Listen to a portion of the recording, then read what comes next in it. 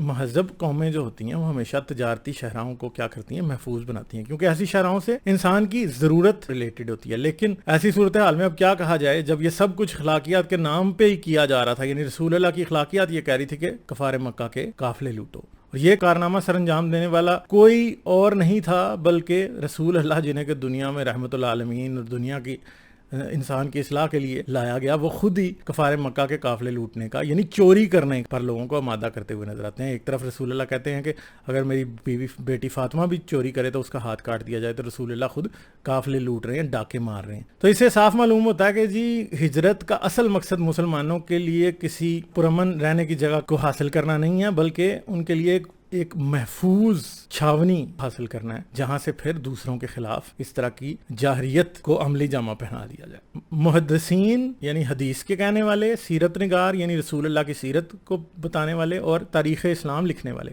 غزوہ بدر سے پہلے 8 ایسی مہمات کا ذکر کرتے ہیں، یعنی ایسے ایونٹس کا ذکر کرتے ہیں جن میں رسول اللہ نے قافلے لوٹنے کی کوشش کی. یہ 8 جنگی مہمات جو ہیں اس بات کا پول کھول دیتی ہیں کہ غزوہ بدر کہ اصل وجہ کیا تھی. مسلمانوں کو یہ چیلنج ہے کہ ان مہمات سے قبل کفار مکہ کی طرف سے کوئی بھی اشتعال انگیز مسلح مہم کا ذکر اپنی کتابوں سے نکال کے دکھا دیں، تاکہ مسلمانوں کا یہ دعویٰ سچا ثابت ہو سکے کہ ہجرت کے بعد کفار مکہ نے مدینہ میں بھی مسلمانوں کو سکھ کا سانس لینے نہ دیا. اور یہ بھی نہیں آپ کہہ سکتے کہ غزوہ بدر جو تھی وہ کوئی دفاعی جنگ تھی. یہ بھی یاد رکھیں کہ جہاں جہاں بھی میں کہہ رہا ہوں کہ قافلوں کو لوٹنے کی کوشش کی گئی، یہ لوٹنے کا لفظ جو ہے میں اپنی طرف سے نہیں کہہ رہا، یہ تاریخ اور حدیث اور جتنی بھی کتابیں ان میں لوٹنے کا لفظ ہی استعمال کیا گیا. اچھا، اب یہ مہمات کون سی تھی؟ پہلی سوریہ حمزہ. رسول اللہ نے سب سے پہلے ہجرت کے 7 مہینے بعد رمضان پہلی ہجری کو 30 مہاجرین کی ایک جماعت کو حضرت حمزہ کی زیر نگرانی سیف البحر کی طرف روانہ فرمایا، تاکہ قریش کا قافلہ جو ابو جہل کی سرکردگی میں شام سے مکہ کی طرف واپس آ رہا تھا اس کا تعاقب کریں. ہجرت کے بعد یہ پہلا سریہ تھا. اس سریہ کے لیے رسول اللہ نے باقاعدہ ایک پرچم بنا کر حضرت حمزہ کے حوالے کیا تھا، جسے اسلام کا سب سے پہلا پرچم قرار دیا جاتا ہے. جب حضرت حمزہ سیف البحر پہنچے اور قافلے پر حملہ آور ہونا چاہا تو مجدی بن عمرو جہنی نے درمیان میں پڑھ کر بیچ بچاؤ کرایا اور لڑائی کی نوبت نہ آنے دی. اس طرح ابو جہل قافلہ لے کر مکہ روانہ ہوا اور حضرت حمزہ کو خالی ہاتھ مدینہ واپس لوٹنا پڑا. تو یہ پہلی وہ کوشش تھی جو کہ ابو جہل کی قیادت میں جو قافلہ تھا وہ لوٹنے کی کوشش کی رسول اللہ کے حکم پہ. پھر سریہ عبیدہ بن حارث. ہجرت کے 8 ماہ بعد شوال 1 ہجری کو رسول اللہ نے مہاجرین کے 60 یا 80 سواروں عبیدہ بن حارث کو ان کا امیر بنا کر رابغ کے مقام کی طرف روانہ کیا. وہاں پہنچ کر قریش کے قافلے سے مرد بھیڑ ہوئی جو 200 کی جمعیت پر مشتمل تھا. اس بار بھی لڑائی کی نوبت تو نہ آ سکی، البتہ سعد بن ابی وقاص نے ایک تیر چلایا. یہ پہلا تیر قرار دیا جاتا ہے جو اسلام میں چلایا گیا، جس کا اعزاز بھی ایک مظلوم مسلمان کو حاصل ہوتا ہے. افسوس پہلی یہ جاہریت یا جو انسٹیگیشن ہے یہ بھی کسی کافر کو نصیب نہیں ہوئی بلکہ رسول اللہ کے حکم پہ مسلمانوں نے ہی کی. پھر تیسرا سریہ سعد بن ابی وقاص اس کا لیڈر ہے. پھر ذی قعدہ کا مہینہ آیا. واضح رہے کہ ذی قعدہ کے مہینے کا شمار حرام مہینوں میں جن میں اسلامی تعلیمات کے مطابق بھی جنگ کرنا منع کیا گیا ہے. اور رسول اللہ نے 20 مہاجرین کو سعد بن ابی وقاص کی سرکردگی میں خرار کی طرف روانہ کیا. یہ لوگ دن میں تو چھپ جاتے اور رات میں قافلہ کو تلاش کرتے. خرار پہنچ کر معلوم ہوا قریش کا قافلہ تو نکل چکا، اس لیے ناکام و نامراد مدینہ واپس لوٹنا پڑا. تو یہ 3 ہو گئے ہیں ابھی.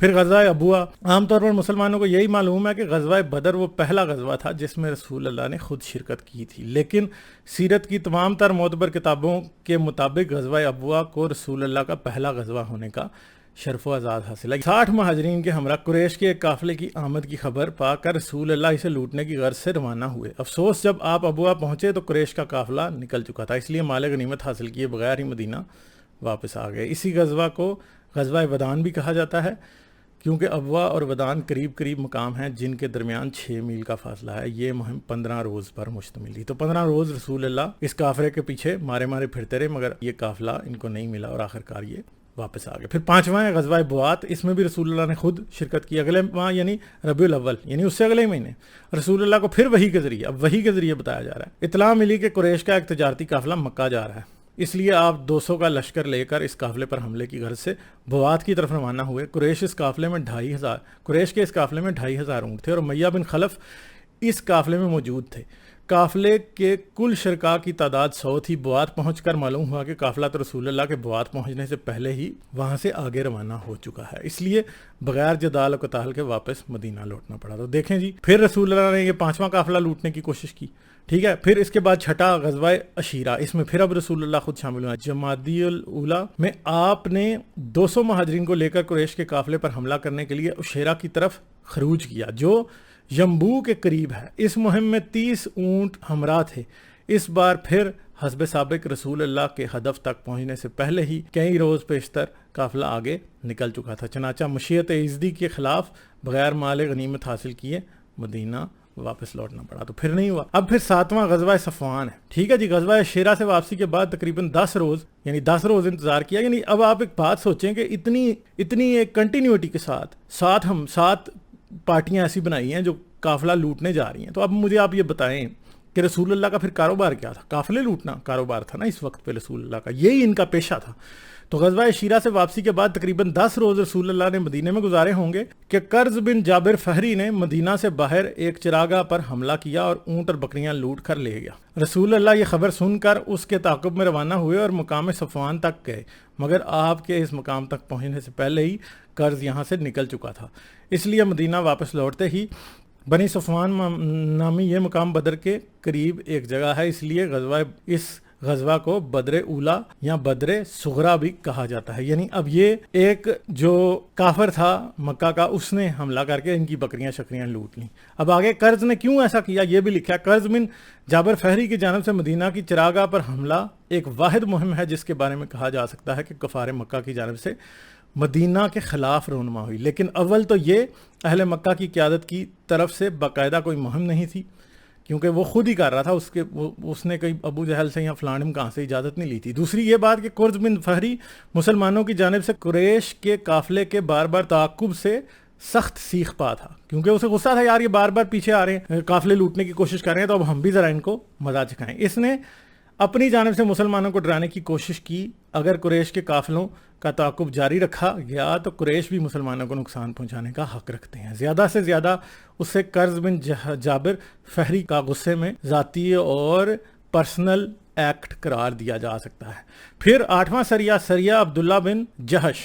غزوہ صفوان سے واپسی پر رجب 2 ہجری میں رسول اللہ نے عبداللہ بن جہش کو 11 مہاجرین کے ہمراہ مقام نخلا کی جانب روانہ کیا. یہ رجب کا مہینہ بھی اشہر حرام یعنی حرمت والے مہینوں میں شمار ہوتا ہے, یعنی جن مہینوں میں جنگ کا حکم نہیں ہے, یعنی جنگ منع کی گئی ہے. روانگی کے وقت عبداللہ بن جہش کو رسول اللہ نے ایک خط دیا اور کہا کہ 2 دن کی مسافت طے کرنے کے بعد اسے کھول کر دیکھنا. چنانچہ 2 روز کا فاصلہ طے کرنے کے بعد خط کھول کر دیکھا تو لکھا تھا مکہ اور طائف کے درمیان مقام نخلا پر اترو, وہاں سے قریش کا ایک تجارتی قافلہ گزرنے والا ہے, اس قافلے کی خبر گیری رکھو اور اس قافلے کی خبروں سے مطلع کرتے رہو. عبداللہ بن جہش نے خط پڑھ کر اپنے ساتھیوں سے کہا جس کو شہادت عزیز ہو وہ میرے ساتھ چلے, اور سب نے ان کے ساتھ جانا قبول کر لیا. جب قریش کا تجارتی قافلہ اس مقام سے گزرا تو حرمت کا مہینہ ہونے کے باوجود واقد بن عبداللہ تمیمی نے قافلے کے سردار عمرو بن الحضرمی کے ایک تیر مارا جس سے وہ مر گیا. اس کے مرتے ہی قافلے والے پریشان ہو کر بھاگ اٹھے اور مسلمانوں نے قافلے کے تمام مال و اسباب پر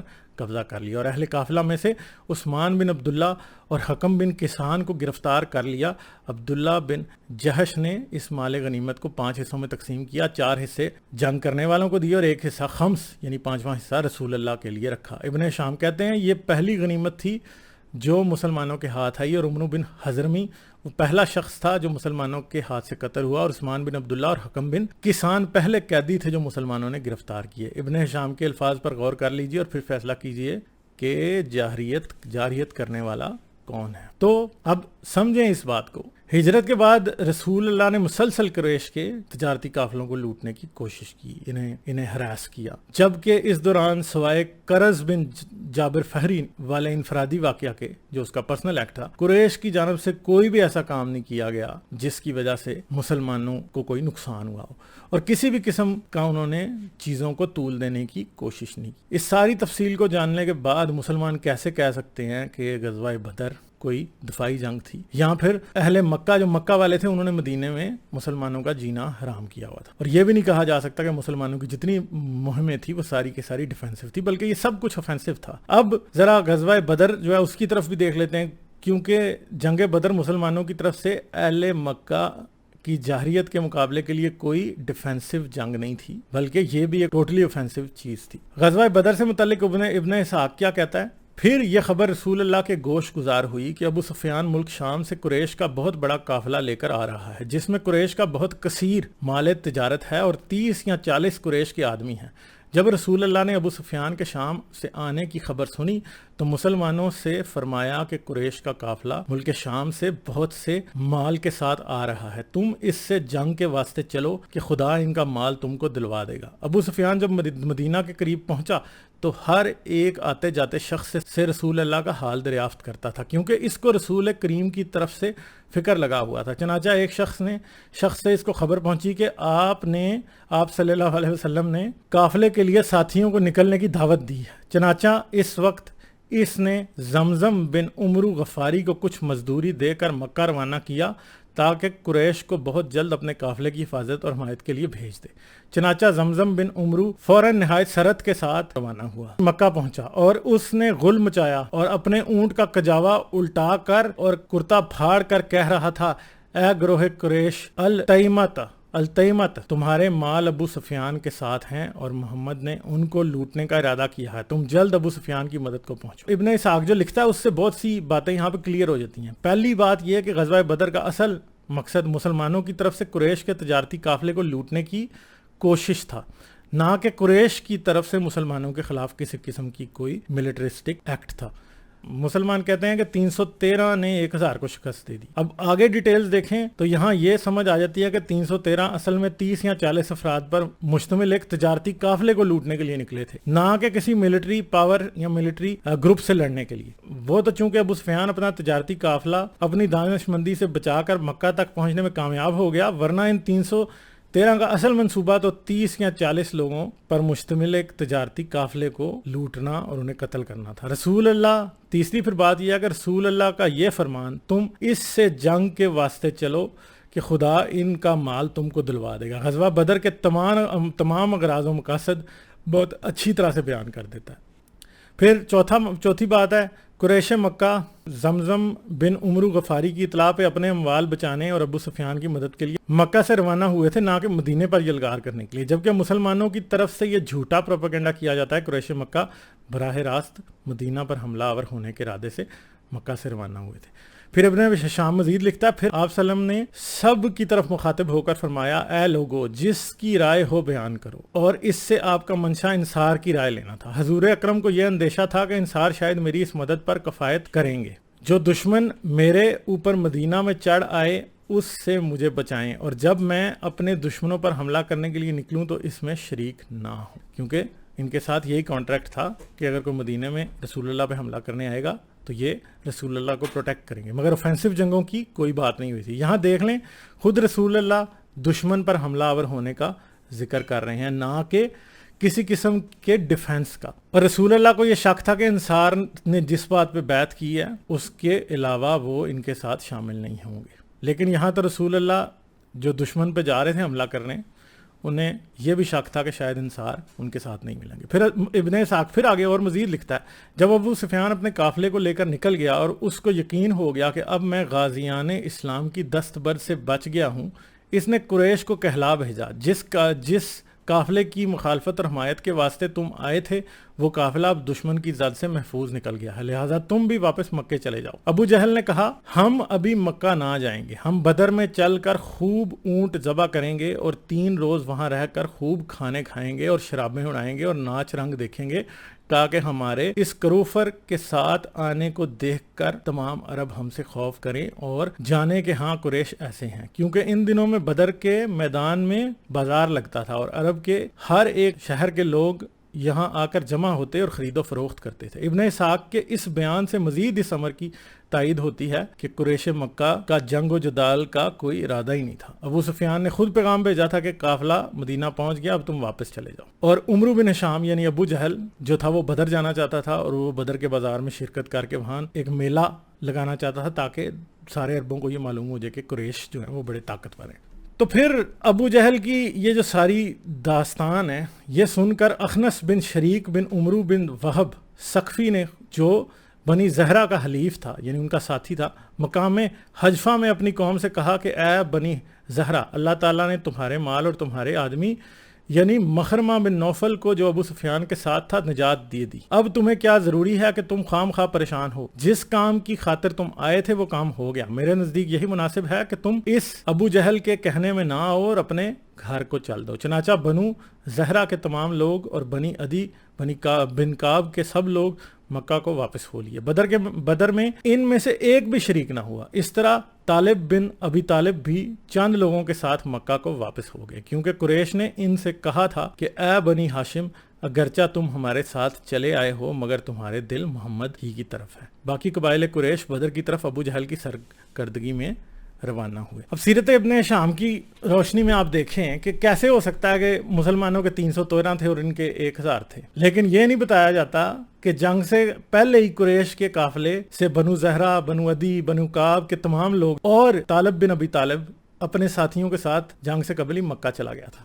اب ابن ہشام نے ان واپس جانے والوں کی تعداد کا ذکر تو نہیں کیا۔ دوسری طرف طبقات ابن سعد میں بنو زہرہ کے افراد کی تعداد 100 تا 300 کہا گیا، اور بنی عدی بن کعب کی تعداد سے بھی قیاس کیا جا سکتا ہے کہ ان کی بھی کافی تعداد تھی، لیکن بنو زہرہ اور بنو عدی بن کعب کے تمام لوگ ہی واپس جانے کا ذکر ہے، جس سے اندازہ کیا جا سکتا ہے کہ یہ تو پیچھے جو لوگ بچے ہوں گے جن کے ساتھ مسلمانوں کی جنگ ہوئی وہ تو تھوڑے سے تھے، وہ زیادہ نہیں تھے، کیونکہ زیادہ قریش تو پہلے ہی لکھا ہے واپس چلے گئے تھے۔ جب طالب بن ابی طالب کا ذکر کیا جاتا ہے تو اس میں کہا جاتا ہے کہ چند افراد، تھوڑے سے لوگ ہیں جو کہ واپس گئے، مگر دوسروں کے بارے میں یہ نہیں کہا جاتا کہ تھوڑے سے لوگ تھے۔ اس لیے اگر ہم کریٹیکلی دیکھیں اور ایمانداری سے دیکھیں تو یہ مسلمانوں کے 313 ان کا مقابلہ 900 یا 1000 سے نہیں ہوا۔ زیادہ سے زیادہ یہی کہا جا سکتا ہے کہ قریش مکہ کی تعداد مسلمانوں کے برابر یا پھر 1.5 گنا زیادہ ہو سکتی ہے۔ پھر دوسری طرف مسلمانوں کے 313 کا مقابلہ 1000 سے تو نہیں کہنا چاہیے، کیونکہ مسلمانوں کے عقیدے کے مطابق تو اس میں 5000 فرشتے بھی شامل ہوئے تھے، تو اس کا مطلب ہے کہ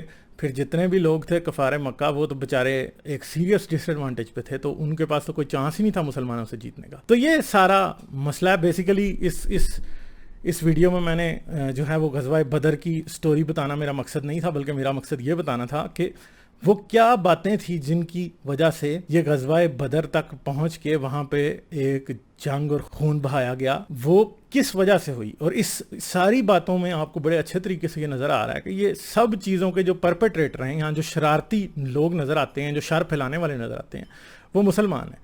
پھر رسول اللہ کے اپنے حکموں کے مطابق چوری کی سزا ہاتھ کاٹنا ہے، تو ڈاکے کی سزا پھر کیا ہوگی؟ تیسری بات یہ ہے کہ آپ کو ادھر ان جو میں نے پہلے 7 اور یا 8 میں نے ذکر کیا ان مہمات کا جو کہ غزوہ بدر سے پہلے ہوئی، تو ان میں آپ کو یہ بھی نظر آتا ہے کہ کئی دفعہ رسول اللہ کو وہی سے پتہ چل رہا ہے کہ جی جو ہے نا کہ فلاں جگہ پہ قافلہ گزر رہا ہے، مگر جب وہاں پہ پہنچتے ہیں وہ قافلہ وہاں نہیں ہوتا۔